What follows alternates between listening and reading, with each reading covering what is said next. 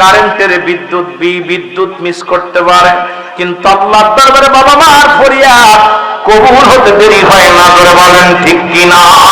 আর একটু ধরে ধরে চিল্লায় বলো আল্লাহু আকবার। এবার বলছে আমার মাকে মেরেছি, ফ্রিজ থেকে উঠাইয়া মরা মাকে দেখে কুড়ালের কোপ। মা মা, ওই ছেলে আবার সংবাদ সম্মেলন মানে মানুষের সামনে ইন্টারভিউ দিতেছে, দেওয়ার পর স্বীকার গেছে, হ্যাঁ আমি আমার প্রেমের টানে ওই নারীর টানে ওই মেয়েটাকে বিয়ে করে আনতে চাই, মেয়েটাকে আমি চাই।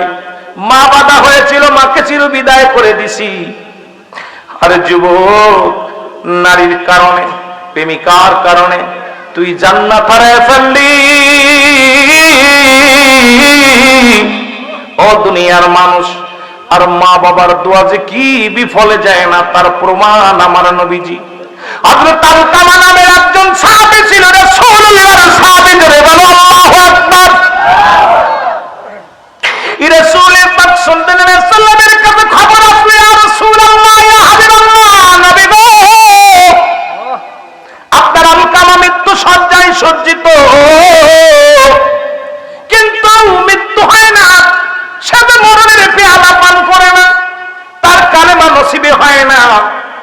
নবী বললেন, সাহাবীরা তোমরা দৌড়ে যাও, আমার আলকামার চারিপাশে বসে বসে সূরা পড়ো, কুরআন তেলাওয়াত করো, কালেমা পড়াও, কালেমা শাহাদাত পড়াও।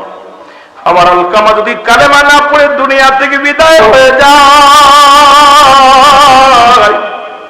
আমার আলকামা জাহান্নামে চলে যাবে, তাড়াতাড়ি যাও।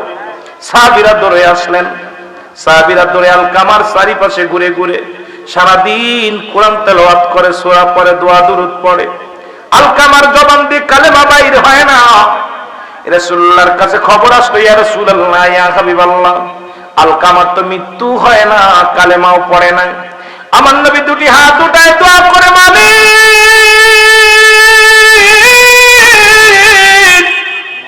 তুমি আমার আলকামারে মাফ করে দাও। আল্লাহ আমার আলকামারে তুমি ক্ষমা করে দাও। আমার আল্লাহ ডাকতে বলে, হাবিব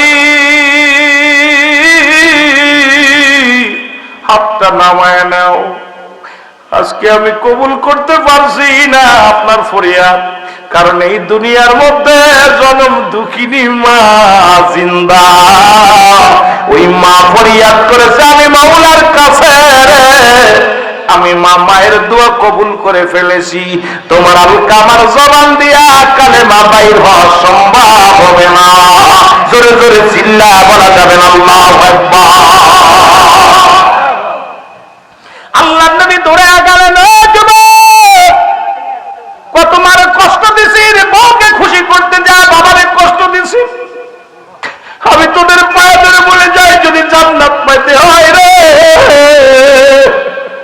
গভীর রাত্রে মার পা ধরে পড়ে থাকবি, বাবার পা ধরে পড়ে থাকবি, যতক্ষণ পর্যন্ত মা তোরে মাপ না করবে, বাবা তোরে মাপ না করবে। পায়ের মধ্যে পড়ে কাঁদদার বলে, মা মা গো, আমি তোমার কলিজার টুকরা, ভুল করেছি, আমারে তুমি মাফ করে দাও। বাবার পায়ের মধ্যে পড়ে মাফ চা। এই মা বাবার কাছ থেকে ক্ষমা না চাইয়া যদি দুনিয়া থেকে তোদের বাবা বিদায় হয়ে যায়, পরে কিয়ামতের ময়দানে জাহান্নাম ছাড়া কোনো গতি নাই। জোরে জোরে চিল্লা বলা যাবে না আল্লাহু আকবার। আর জোরে জোরে চিল্লা বলা যাবে না আল্লাহু আকবার। আমার যুবক বন্ধুরা দিলের কান্না লাগা শোনা, আমার যুবক বাবারা দিলের কান্না লাগা শোনা। রাহমাতুল্লিল আলামিন চলে গেলেন, আলকামার বাড়িতে চলে গেলেন, সালাম দা, আসসালামু আলাইকুম ইয়া আহলাল বাইত। ভিতর থেকে আওয়াজ আসে, ওয়ালাইকুম আসসালাম। কে? আমার নবী ডাকতে বলে, মা গো, আমি রাহমাতুল্লিল আলামিন, আপনার কদমের মধ্যে আসছি মা। কেমন নবী গো?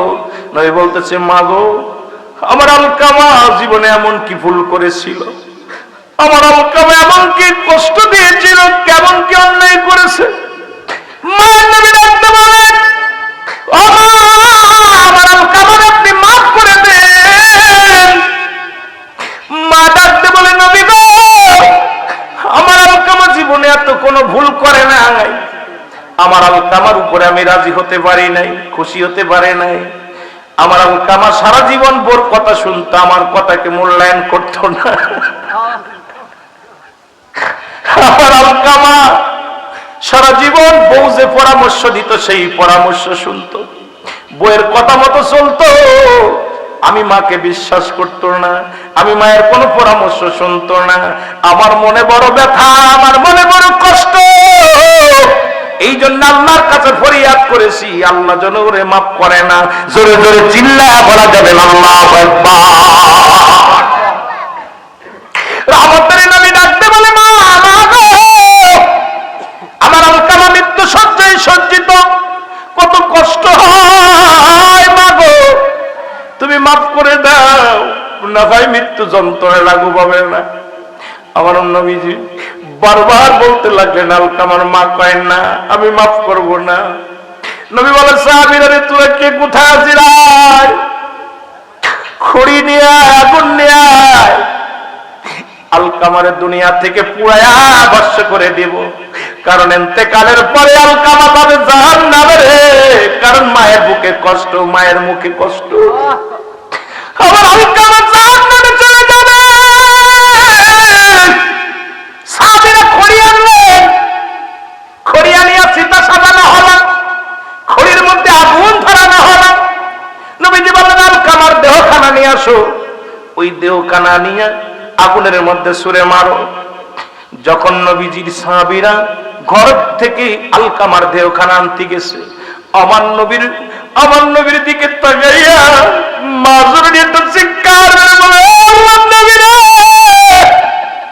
আমি জনম দুঃখিনী মা, আমার চোখের সামনে আমার কলিজার টুকরা আগুনে নিক্ষেপ করো না, আমি সইতে পারবো না। আমি যত ভুল করেছি, আমার কলিজার টুকরা সন্তান, আমি মা হইয়া আমি আমার সন্তানের মাফ করে দিলাম। সঙ্গে সঙ্গে আলকামা কালেমা পড়েছে, লা ইলাহা ইল্লাল্লাহু মুহাম্মাদুর রাসূলুল্লাহ সাল্লাল্লাহু আলাইহি ওয়াসাল্লাম।